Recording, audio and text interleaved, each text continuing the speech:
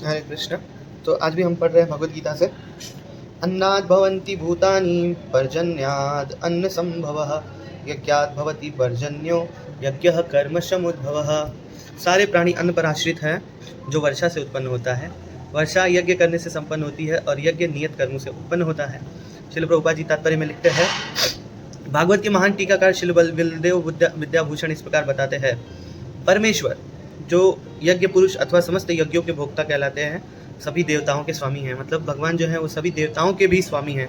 और जिस प्रकार शरीर के अंग पूरे शरीर की सेवा करते हैं, उसी तरह सारे देवता उनकी सेवा करते हैं।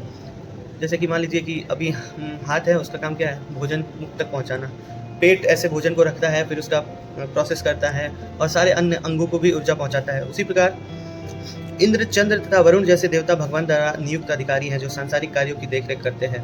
सारे वेद इन देवताओं को प्रसन्न करने के लिए यज्ञों का निर्देश करते हैं, जिससे वे अन्न उत्पादन के लिए प्रचुर वायु, प्रकाश तथा जल प्रदान करें। जब कृष्ण की पूजा की जाती है तो उसके अंग स्वरूप देवताओं की भी स्वतः पूजा हो जाती है। अतः देवताओं की अलग से पूजा करने की आवश्यकता नहीं होती। इसमें प्रभुपाद जी लिख रहे हैं कि जैसे ही हम कृष्ण का पूजा करते हैं, सो वैसे ही सारे देवताओं की भी पूजा हो जाती है। अलग अलग करने का कुछ आवश्यकता नहीं है। इसी हेतु कृष्ण भावना भावित भगवत भक्त सर्वप्रथम कृष्ण को भोजन अर्पित करते हैं और तब खाते हैं।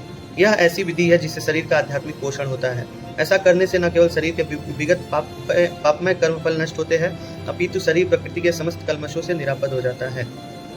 जब कोई छूत का रोग फैलता है तो इसके आक्रमण से बचने के लिए रोगाणु रोधी टीका लगाया जाता है। जैसे अभी कोविड फैला था, सबको वैक्सीनेशन लगाया जा रहा था। प्रभुपाद ने ऐसा पहले से ही लिख दिया।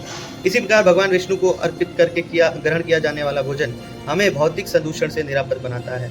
और जो इस विधि का अभ्यस्त है वह भगवत भक्त कहलाता है। जब हम कुछ भी खाते हैं, अगर वो भोग लगा के खाए, नहीं अब कोई मांस भोग लगा के खाता है, ऐसा नहीं, हम वही वस्तुएं भोग लगा के खाएं जो भगवान के लिए हम भोग लगा सकते हैं। अतः कृष्ण भावना भावित व्यक्ति जो केवल कृष्ण को अर्पित किया भोजन करता है, वह उन समस्त भौतिक दूषणों के फलों का सामना करने में समर्थ होता है जो आत्म साक्षात्कार के मार्ग में बाधक बनते हैं। और जो भगवान को भोग लगा के वो प्रसाद पाता है, सो भगवान की भक्ति में वो आगे बढ़ सकता है। उस भोजन जो करता है, अगर बिना भगवान को भोग लगाए वो खाता है, तो ऐसा बोलते हैं कि वो पाप खाता है, तो उससे वो बच सकता है। इसके विपरीत जो ऐसा नहीं करता, वो अपने पाप पूर्ण कर्म को बढ़ाता रहता है, जिससे अगला शरीर कुकरों सुकरों के समान मिलता है और सारे पाप फलों को भोगता है। यह भौतिक जगत नाना कल्मशों से पूर्ण है और जो भी भगवान के प्रसाद को ग्रहण करके उनसे निरापद हो लेता है, वह उनके आक्रमण से बच जाता है। किंतु जो ऐसा नहीं करता, वह कल्मश का लक्ष्य बनता है। जो भगवान को भोग लगा के नहीं खाता है, वो पाप खाता है और वो पाप का भागी बनता है। अन्न अथवा साग वास्तव में खाद्य है। मनुष्य विभिन्न प्रकार के अन्न, साग, फल आदि खाते हैं, जबकि पशु इन पदार्थों के उचिष्ट को खाते हैं।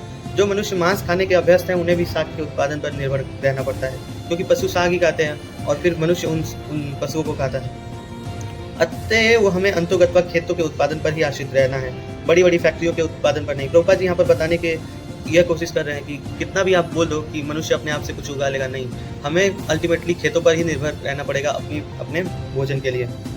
खेतों का यह उत्पादन आकाश से होने वाली प्रचुर वर्षा पर निर्भर करता है और ऐसी वर्षा इंद्र, सूर्य, चंद्र आदि देवताओं के द्वारा नियंत्रित होती है। ये देवता भगवान के दास हैं और जो इंद्र, चंद्र, सूर्य इत्यादि हैं, वो सब भगवान के देवता, भगवान के एक्चुअली दास हैं। वो भगवान की सेवा में लगे हुए हैं। एक तरीके से ये ऐसे एक एक डिपार्टमेंट के अधिकारी हैं जिन्हें भगवान ने नियुक्त करके रखा है कि आप स्पेशली यही काम करिए। भगवान को यज्ञों के द्वारा संतुष्ट रखा जा सकता है, अतः जो इन यज्ञों को संपन्न नहीं करता उसे अभाव का सामना करना होगा। यही प्रकृति का नियम है। जो यज्ञ नहीं करेगा उससे उसका अभाव का सामना करना पड़ेगा। आगे बताते हैं कि भोजन के अभाव से बचने के लिए यज्ञ करना चाहिए और विशेष रूप से यह युग जो है वो कलयुग का है और कलयुग में एक ही यज्ञ बताया गया है और वो है हरिनाम संकीर्तन का युग।